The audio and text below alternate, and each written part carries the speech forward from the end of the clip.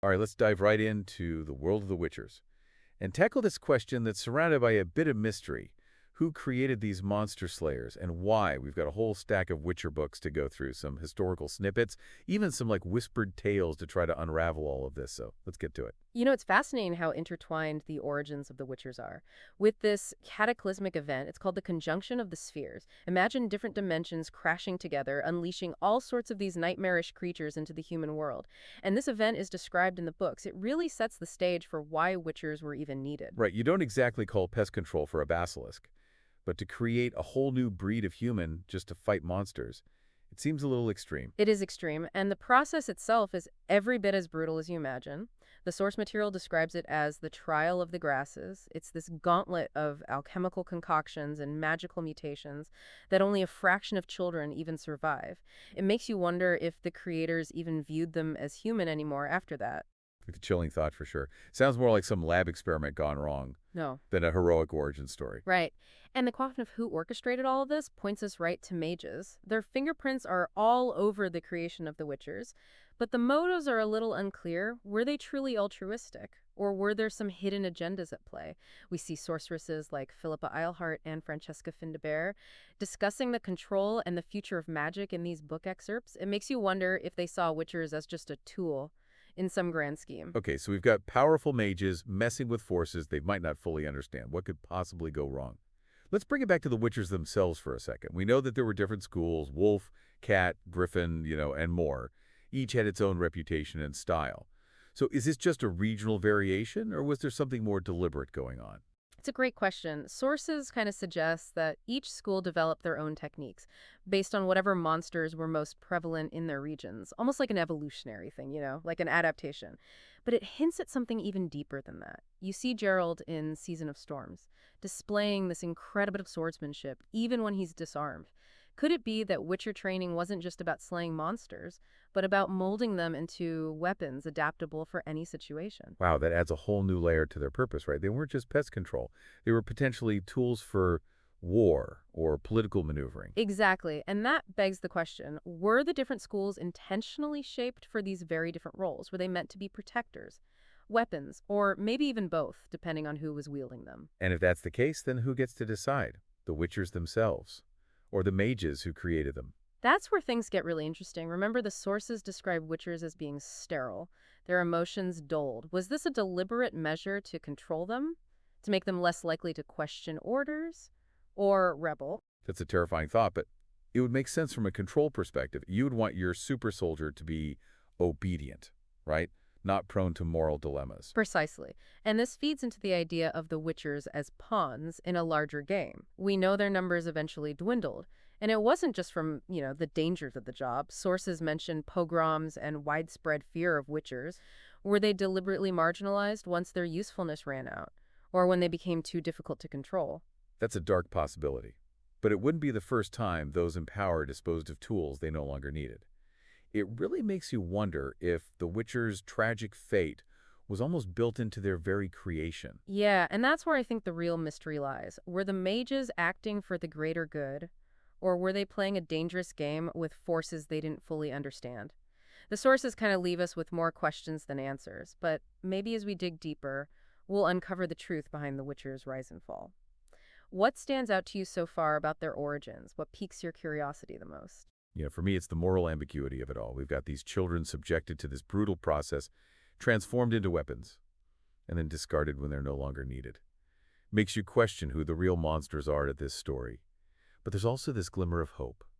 Geralt's compassion, his willingness to actually question authority, suggests that even within this system of control, there is still room for individual choice, for defiance. You've hit the nail on the head, and that's what makes the Witchers so compelling. They're not just monster slayers. They're reflections of the complexities of power, morality, and the choices that we make in the face of darkness. Now let's delve into the details of the trial of the grasses and see what we can uncover about the mechanics of their creation. All right, let's do it. I'm ready to see what secrets these sources have to offer. Let's dive deeper into this trial of the grasses thing. The sources describe it as this multi-stage process. Pushing these kids to the brink of death and beyond involves intense physical training, exposure to all these toxic substances, and probably most importantly, the ingestion of powerful mutagens. The mutagens, that's where the real transformation happens, right? What can you tell us about them from the source material? Though these mutagens, they're essentially alchemical concoctions. They're designed to alter a witcher's physiology, like at a fundamental level, enhance their strength, speed, reflexes, senses, even grant them resistance to diseases and toxins. But it's not just physical. The sources suggest that mutagens play a role in unlocking their magical potential too, their ability to use signs. So it's like a super soldier serum, but with a heavy dose of magic thrown in. Exactly. But the sources also hint at a dark side to these transformations. Witchers are rendered sterile, their emotions are often described as dulled, and the process itself has a terrifyingly low survival rate. It makes you wonder, what was the acceptable cost in the eyes of their creators? How many children were sacrificed to perfect this whole process? It's a chilling thought. And it gets even more disturbing when you consider the different Witcher schools. You've got the Wolf School, known for their balance and their code of honor. Then there's the Cat School, infamous for their ruthlessness and disregard for convention. Did the mutagens somehow influence these different philosophies? Or was it the training that followed? That's a fascinating question, and it highlights this complex interplay of nature and nurture. In the creation of a Witcher, the sources don't give us like a definitive answer, but they offer some intriguing clues. Remember Ciri's Time with the Rats and Time of Contempt? Uh-huh. One of them mentions a bounty hunter named Leo Bonhart, who collects Witcher medallions as trophies. Oh yeah, Bonhart. He was a nasty piece of work. But wasn't he just a skilled mercenary, not a Witcher himself? That's right, but there are these hints in the sources that he might have adopted some of the Cat School's tactics, like their brutal efficiency. It makes you wonder if those tendencies were amplified by the mutations, or if the Cat School training simply attracted individuals who were already predisposed to that kind of darkness. It's like a chicken and egg situation, but with a lot more monster guts and moral ambiguity. But if the mutagens did play a role in shaping their personalities, does that mean the mages who created them were deliberately engineering different types of witchers for different purposes? It's certainly a possibility. The sources depict mages as master manipulators, constantly vying for power and control. It's not a stretch to imagine them tailoring the mutations to create specific types of witchers for specific tasks. Perhaps they needed warriors who were ruthless and efficient for certain missions, while others required a more nuanced approach, like a sense of honor or compassion. Okay, but if that's the case, why even bother with the whole emotional suppression thing? Wouldn't a little bit of empathy make them more effective at navigating complex situations? Well, empathy can be a double-edged sword, especially for those who are trained to kill. Perhaps the mages feared that too much compassion would make the witchers hesitant, less willing to carry out difficult orders. Or maybe they simply didn't fully understand the consequences of tampering with human emotions. The sources leave a lot of room for interpretation on that. It's like they were trying to create the perfect weapon, but they forgot that even weapons can have a mind of their own. Exactly. And that's where this whole concept of control comes into play. We see throughout the source material that mages are obsessed with control, controlling magic, controlling destiny, controlling the world around them. So it's not surprising that they would want to exert a similar control over their creations, especially those as powerful as the Witchers. But control can be a slippery slope, right? It often breathed resentment and rebellion. Were there any instances of witchers pushing back against their creators, questioning their purpose, or trying to break free from this system of control? There are hints of it, yeah. Remember Geralt's defiance of the sorceress Kira Metz in the Time of Contempt? Hmm. He resents her attempts to manipulate him, and he's not afraid to challenge her authority. And then there's the massacre at the Skyatail camp mentioned in Blood of Elves. Was this a case of witchers being caught in the crossfire of a larger conflict, or were they being used as pawns to crush dissent? Oh, good point. It makes you wonder if the witchers were ever truly free agents, or just instruments of those who held the reins of power. And that brings us to the downfall of the Witchers. We know their numbers dwindled, and it wasn't just because of, the inherent dangers of their profession. The sources describe pogroms, widespread persecution, even the deliberate destruction of their schools. Was this simply fear and prejudice? Or was there a more orchestrated effort to eliminate them? Perhaps because they were becoming too difficult to control, or because they were no longer needed. It's a chilling thought, but it wouldn't be the first time those in power disposed of something that had outlived its usefulness. But before we dive into the specifics of their downfall, I want to circle back to the different schools for a second. We've touched on their reputations and philosophies, but what about their training? How did each school go about shaping these mutated children? into the monster slayers they were known to be. Ah, yes, the training. This is where the real specialization happened, where those inherent traits and tendencies were honed into specific skills and styles. Each school had its own methods, its own secrets passed down through generations. The sources offer glimpses into these training regimens, often brutal and demanding, pushing them to their physical and mental limits. But it wasn't just about brute force. They were also schooled in monster lore, alchemy, swordsmanship, even the art of manipulating their signs for combat and survival. So it was more than just a boot camp. It was a comprehensive education in the art of monster hunting. But was this education standardized across all the schools? Or did each one have its own unique curriculum? The sources suggest a mix of both. There were likely core principles shared by all, like the fundamentals of witchercraft, but each school also developed its own specializations, its own unique techniques and approaches. For example, the cat school was known for their agility and stealth, favoring lighter armor and blades for their acrobatic fighting style. In contrast, the wolf school emphasized balance and versatility, training their witchers to adapt to any situation and face any foe. It's like they were producing different models of monster slayers, each one optimized for a specific purpose. But this raises another question. Who oversaw this training? Was it solely the responsibility of older witchers within each school? Or did the mages still have a hand in shaping their education? That's a great question, and it speaks to the lingering influence of the mages in the Witcher world. The sources don't provide a definitive answer, but they do hint at ongoing collaboration between Witchers and mages. Even after the initial creation, we see mages like Chris Marigold and Yennefer interacting with Witchers, offering healing, advice, and even magical training. So it's possible that this collaboration extended to the training of new generations, perhaps with mages serving as advisors or instructors in certain Like areas. a master-apprentice relationship, but with a lot more political intrigue and existential angst. Indeed, and this complex dynamic between creators and creations is at the heart of The Witcher story. But before we delve further into that relationship, I think it's time we explored the specifics of the Witcher schools themselves. Each one has its own fascinating history, its own rise and fall, its own secrets and controversies. What school piques your interest the most? Ooh, that's a tough one. They're all so intriguing. But I've always been drawn to the wolf school. Geralt's school, they seem to represent a more nuanced approach to witchering, like a balance between duty and compassion, strength and vulnerability. But I'm also curious about the cat school and their descent into ruthlessness.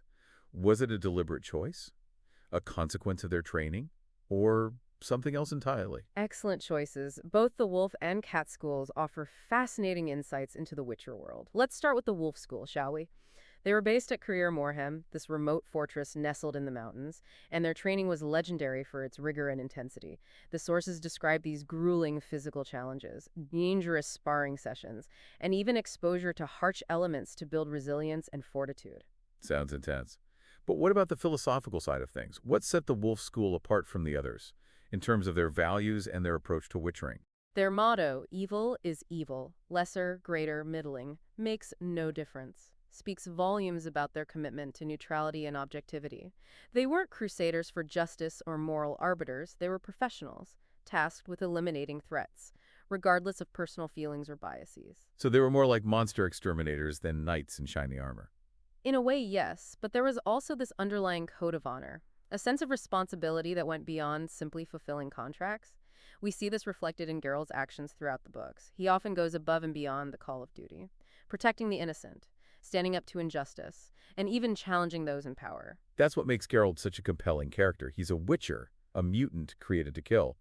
But he also possesses this strong sense of empathy and a willingness to fight for what's right, even when it puts him at odds with his own kind. Precisely, and that complexity, that internal conflict, is what makes the Wolf School so fascinating. They were more than just skilled warriors. They were individuals grappling with the weight of their existence, the burden of their powers, and the moral dilemmas inherent in their profession. It's like they were trying to find a balance between their nature as witchers and their humanity. But what about the cat school? How did they end up on such a different path? Ah, the Cat School. Their story is shrouded in darkness and controversy. The sources describe them as ruthless, unpredictable, and often operating outside the traditional Witcher code. They were known for their agility, their stealth, and their willingness to use any means necessary to achieve their goals. Sounds a bit like a band of assassins rather than monster slayers. An apt comparison. But there are hints in the sources that their descent into darkness might not have been entirely their own doing.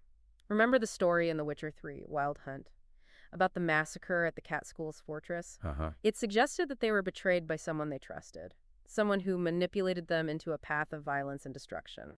Ooh, that's juicy. Do the sources reveal who was behind this betrayal? Unfortunately, no. The details remain shrouded in mystery, but it's a tantalizing clue, suggesting that the Catskills' fate wasn't simply a matter of their own choices, but also the machinations of outside forces. It makes you wonder if there were others who sought to exploit the Witcher's power for their own gain, perhaps even those who had a hand in their creation. It's like a conspiracy thriller unfolding in the world of monster slayers. But before we get too lost in speculation, let's go back to the training. What set the cat school's methods apart from the other schools? Well, as mentioned, they emphasize agility and speed, training their Witchers to be like shadows, striking quickly and decisively. They were known for their acrobatic swordsmanship, their use of poisons and traps, and their willingness to fight dirty. Their training was said to be particularly brutal, pushing their students to the edge of their physical and mental limits. Sounds like a recipe for creating cold-blooded killers. And perhaps that was the intention. The sources don't explicitly state this, but it's possible that the cat school was deliberately shaped for a specific purpose, perhaps to serve as assassins or enforcers for those in power. Okay, so we got the wolf school, striving for balance and honor, and the cat school embracing ruthlessness and efficiency. What about the other schools? Were they all variations on these themes? Or do they represent entirely different approaches to witchering? That's a great question, and it leads us into a whole new realm of exploration. Each school had its own unique philosophy, its own training methods, its own strengths and weaknesses. We've got the Griffin School, known for their mastery of signs and their scholarly approach to monster hunting. There's the Viper School, shrouded in secrecy, rumored to specialize in espionage and assassination. And then there's the Bear School, rugged and resilient, masters of survival and close quarters combat. Wow, it's like a whole ecosystem of monster slayers, each one adapted to a specific niche. But this begs another question. If each school was so specialized, why did they all eventually decline? Were they all victims of the same forces that led to the downfall of the wolf and cat schools? Or were there unique circumstances that contributed to their demise? That's a question that deserves its own deep dive, but I can offer a few insights based on the source material, as you mentioned the Kogom, the prejudice, the dwindling need for their services. All of these factors played a role in the decline of all the Witcher schools. But there were also internal conflicts, rivalries between schools, even betrayals that weakened them from within. And let's not forget the mages, always lurking in the shadows, pulling strings, shaping events to their liking. It's possible that they played a role in the downfall of certain schools, perhaps those that became too independent or too powerful for their liking. It's like a Shakespearean tragedy unfolding on a grand scale, with power struggles, betrayals, and the ultimate downfall of a once mighty order. A truly apt analogy, but let's not forget the individuals caught in the midst of this tragedy.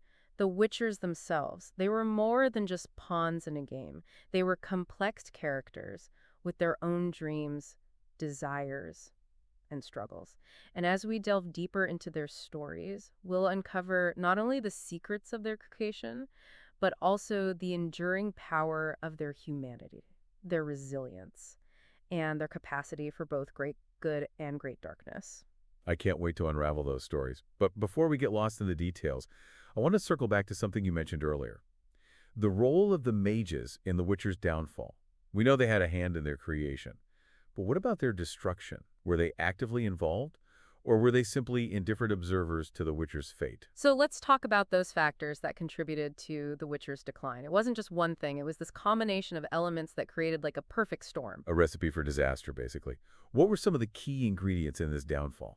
Well, one ingredient was definitely the shifting landscape of the world. The sources suggest that as time went on, monster threats became less frequent, which means less need for Witchers, less demand for their services. Yeah, it makes sense. I mean, if your business is monster slaying and the monsters start to dwindle, you're going to have a hard time making ends meet. Exactly. But it wasn't just economics. There was also this growing distrust of Witchers. Among the general populace, the sources mention pogroms, organized violence against Witchers, often fueled by fear and superstition. It's that classic case of shoot the messenger right, blame the ones who are trying to protect you. It certainly seems that way. And this distrust was often amplified by those in power. We see examples of kings and nobles using witchers as scapegoats, blaming them for misfortunes, or using them to eliminate political rivals. So the very people who hired them were also contributing to their downfall. Talk about a toxic work environment. It was definitely a precarious position to be in. And this brings us to another key ingredient in the Witcher's decline, the mages. We've talked about their role in creating the Witchers, but what about their role in their destruction? The sources offer some intriguing clues on this. Okay, I'm all ears. What kind of clues are we talking about? Well, we see instances of mages manipulating Witchers, using them for their own ends. There's also the suggestion that some mages might have been involved in the destruction of certain Witcher schools, perhaps those that posed a threat to their power, or those that refused to follow their dictates. It's like those schools became too independent, too much of a wild card for those who crave control. Precisely. And the sources hint at this deeper conflict brewing between Witchers and mages, like a clash of ideologies and power dynamics. Remember how we talked about the Witcher's emotional suppression? Yeah. Some speculate that this was a deliberate measure by the mages to control them, to make them more obedient tools. But if the Witchers were becoming too powerful, too difficult to control, wouldn't it make more sense to just try to eliminate them entirely, rather than just manipulate them? That's a good question, and it leads us to one of the most enduring mysteries surrounding the Witcher's downfall. Why didn't the mages just wipe them out? I mean, they certainly had the power to do so. Okay, I'm officially hooked on this mystery. What are some of the theories out there? Well, one theory is that the mages still needed the Witchers, at least to some extent. Remember, monster threats hadn't completely vanished, so they might have wanted to keep a few around for those rare but dangerous situations. So like a specialized extermination service. On call for those really nasty infestations. Exactly. Another theory is that the mages simply underestimated the Witchers, like their resilience and adaptability. They might have thought that persecution and dwindling demand would be enough to drive them to extinction, but the Witchers proved to be more tenacious than they anticipated. I mean, they were survivors. They had endured the trial of the glasses, battled the countless monsters, faced the scorn of humanity. A little persecution wasn't going to wipe them out that easily. Precisely. And perhaps there's another factor at play here, something the sources only hint at, a sense of respect, even admiration that some mages held for the Witchers. Wait, really? You're saying some of the mages actually liked the Witchers? Maybe not liked in the traditional sense, but respected their abilities, their courage, even their unwavering dedication to their craft. Remember, not all mages were power-hungry manipulators. Some were scholars, healers, even philosophers, who might have seen the Witchers as a necessary evil, a tragic but ultimately noble creation. That adds like a whole new dimension to their relationship. It wasn't just black and white, master and servant. There were shades of gray, even moments of understanding, and perhaps even empathy. Exactly, and this complexity is what makes the Witcher world so captivating. But let's not forget the Witchers themselves. How did they react to this decline? Did they go down without a fight? Or were there attempts to resist, to adapt, to survive? That's a great question. What can the sources tell us about the Witchers' response to their own downfall? Well, we see examples of individual Witchers striking out on their own, becoming mercenaries, Benoni hunters, even wandering adventurers. Some tried to blend in with human society, abandoning their traditional roles. And there are hints of small groups of Witchers banding together, perhaps seeking to preserve their knowledge and traditions. So they were scattered, forced to adapt to a world that no longer needed them. But did any of them ever try to fight back against those who were persecuting them? There are tales of isolated incidents, like individual Witchers taking revenge on those who wronged them. But the sources don't mention any organized resistance or rebellion. Perhaps they were too few in number, too scattered, or simply too weary of fighting a battle they couldn't win. It's a tragic end to a once mighty order. But their story doesn't end there, does it? We still see their legacy in the world, in the tales that are told, in the monsters that are slain, and in the echoes of their courage and sacrifice. You're absolutely right. The Witchers might be gone, but their story continues to resonate with us today. It speaks to the complexities of power, the consequences of ambition, and the enduring struggle between light and darkness. It's a reminder that even in a world of monsters and magic, the choices we make, the values we uphold, and the battles we choose to fight ultimately shape our destiny. Well said. And as we conclude this deep dive, I want to leave you with a final thought to ponder. What if the Witchers weren't just a product of their time, but a reflection of our own?